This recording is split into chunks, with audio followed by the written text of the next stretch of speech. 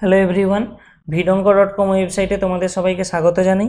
আমি সৌরভ দে, তোমাদের math tutor. এখানে যে প্রশ্নটি নিয়ে আলোচনা করব, দেখো এখানে আমাদেরকে এক্স এর একটি সমীকরণ দেওয়া আছে এবং সমীকরণে দেখো ইনভার্স ফাংশন যেটা ট্যান ইনভার্স দেওয়া আছে। তো আমাকে একে সমাধান করে জাস্ট এক্স এর মান নির্ণয় করতে হবে, ঠিক আছে। তো আমরা একটা এখানে ধর্ম কাজে লাগাবো, সেটা হলো এরকম: tan inverse X plus tan inverse Y. আমরা এখান থেকে একটা ধর্ম জানি, এটাকে লিখতে পারি tan inverse X plus Y by one. Tan inverse X, আচ্ছা তাহলে এখান থেকে আমরা পাবো X plus Y by one minus X Y, ঠিক আছে। এরকম একটা ধর্ম পাবো। তাহলে আমাদের এখানে যেটা দেওয়া আছে আমরা সেটা পুট করে দিই। ট্যান ইনভার্স আমাদের দেওয়া ছিল x plus one plus tan inverse x minus one, এটা সমান আমাদের ডান দিকে দেওয়া আছে কত না ট্যান ইনভার্স 8/31। তাহলে আমরা এটাকে ডাইরেক্ট বাম দিকের অংশটাকে ডাইরেক্ট যে আমরা ফর্মুলাটা এখানে এটা অ্যাপ্লাই করব। তাহলে আমরা কি পাবো, দেখো আমাদের লবে পাবো এখানে x plus one plus x minus one, হরে কি পাবো না one minus x plus one into x minus one, ঠিক আছে। তাহলে এটা সমান আমরা কি পাবো না ট্যান ইনভার্স 8/31, ঠিক আছে। তাহলে আমরা এরপরে কি পাচ্ছি, দেখো এরপরে আমরা পাচ্ছি এখান থেকে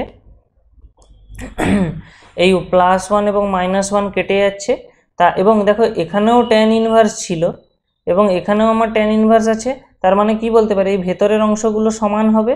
তাহলে আমরা দেখো এখান থেকে কি পাবো 2x বাই ওয়ান মাইনাস, দেখো এক্স প্লাস ওয়ান আর এক্স মাইনাস ওয়ান, এটা হয়ে যাবে এক্স স্কোয়ার মাইনাস ওয়ান, এবং ডান দিকে আমাদের থেকে যাবে এবারে শুধু তাহলে 8/31, ঠিক আছে। তাহলে আমরা এখান থেকে কি পাচ্ছি দেখি 2x by one minus X square plus one equal to 8/31। তো আমরা এখান থেকে কি করব না এই 31কে কোনাকুনি গুণ করব, অর্থাৎ এই 31কে আমরা এইখানে গুণ করব এবং এখানে থাকাই যে বাকি যে অংশটাকে এটাকে আমরা ডান দিকে নিয়ে যাব। তাহলে আমরা অ্যাকচুয়ালি কী পাবো না 31x equal to 8 into 2 minus X square by 2। তাহলে এই 2 এবং এটা কেটে গিয়ে আমাদের আসবে কত 4। তাহলে আমরা এখান থেকে কি পাবো না 31x equal to 8 minus 4x square, এরকম কিছুটা দেখতে আসবে। তো আমরা সমস্ত পোর্শনকে বাম দিকে নিয়ে যাব, অর্থাৎ এই ডান দিকেরগুলোকে বাম দিকে আনলে আমরা দেখো এক্সের একটি দ্বিঘাত সমীকরণ পেয়ে যাচ্ছি 4x square plus 31x minus 8 equal to 0। ওকে, তো এরপরে আমরা একে কী করবো না এই দ্বিঘাত সমীকরণটাকে আমরা মধ্যপদ সহগ বিশ্লেষণ বা মিডিল টার্ম ফ্যাক্টরাইজেশনের মাধ্যমে উৎপাদকে বিশ্লেষণ করে সমাধান নির্ণয় করব। তো দেখো আমরা কি করব, এখানে 4x স্কোয়ার এই 31xকে আমরা ভেঙে নেব 32x মাইনাস এক্স, ঠিক আছে, মাইনাস 8 ইকুয়াল টু 0। তো প্রথম দুটো টার্ম থেকে আমরা 4x কমন নিয়ে নিলে আমরা কি পেয়ে যাব না এক্স প্লাস 8। সেকেন্ড দুটো টার্ম থেকে -1 কমন নিয়ে নিলে আমরা পেয়ে যাব এক্স প্লাস 8 ইকুয়াল টু 0। তাহলে আলটিমেটলি আমরা কি পেয়ে যাব না x plus 8 into 4x minus 1 equal to 0, ঠিক আছে। তো দেখো আমরা এটাকে এবারে দেখো যখন একটা দ্বিঘাত সমীকরণ সমাধান করে আমরা এরকম একটা পার্ট পাই, তাহলে আমরা এখান থেকে কি বলতে পারি যে হয় এক্স প্লাস 8 ইকুয়াল টু 0 অথবা 4x মাইনাস 1 ইকুয়াল টু 0। তাহলে এখান থেকে আমরা কি পাবো না এক্সের মান তাহলে -8 হতে পারে, অথবা এক্সের মান আমাদের কি আসতে পারে না 1/4। তাহলে এই দুটো ভ্যালু পসিবল আমাদের, এক্সের মান -8 অথবা এক্সের মান 4, ঠিক আছে। তো এরপরে দেখো আমাদের যে শুরুতে অ্যাকচুয়ালি যে সমীকরণটা দেওয়া ছিল, আমরা যদি সেটার দিকে একবার লক্ষ্য করি, সেটা কি ছিল,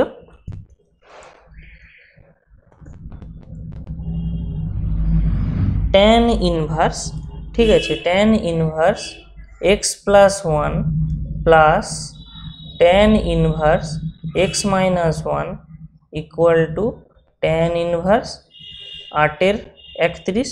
তাহলে এখানটা একটা জিনিস দেখো, আমরা যদি এক্সের মানটা আমরা যে -8 পেলাম এই অংশটা, এটাকে আমরা যদি তাহলে এক্সের জায়গায় যদি আমি -8 পুট করে দিই, তাহলে জিনিসটা কেমন আসছে দেখি না tan inverse -7 plus tan inverse -9 equal to tan inverse 8/31।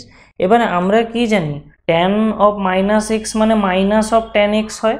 তো আমরা নিশ্চিতভাবে বলতে পারি এই যে tan ইনভার্স -7 এর মানটা ঋণাত্মক হবে, আবার এই যে tan ইনভার্স -9 এর মানও ঋণাত্মক হবে। কিন্তু ডান দিকে দেখো tan ইনভার্স 8/31 আছে, এর মান ধনাত্মক।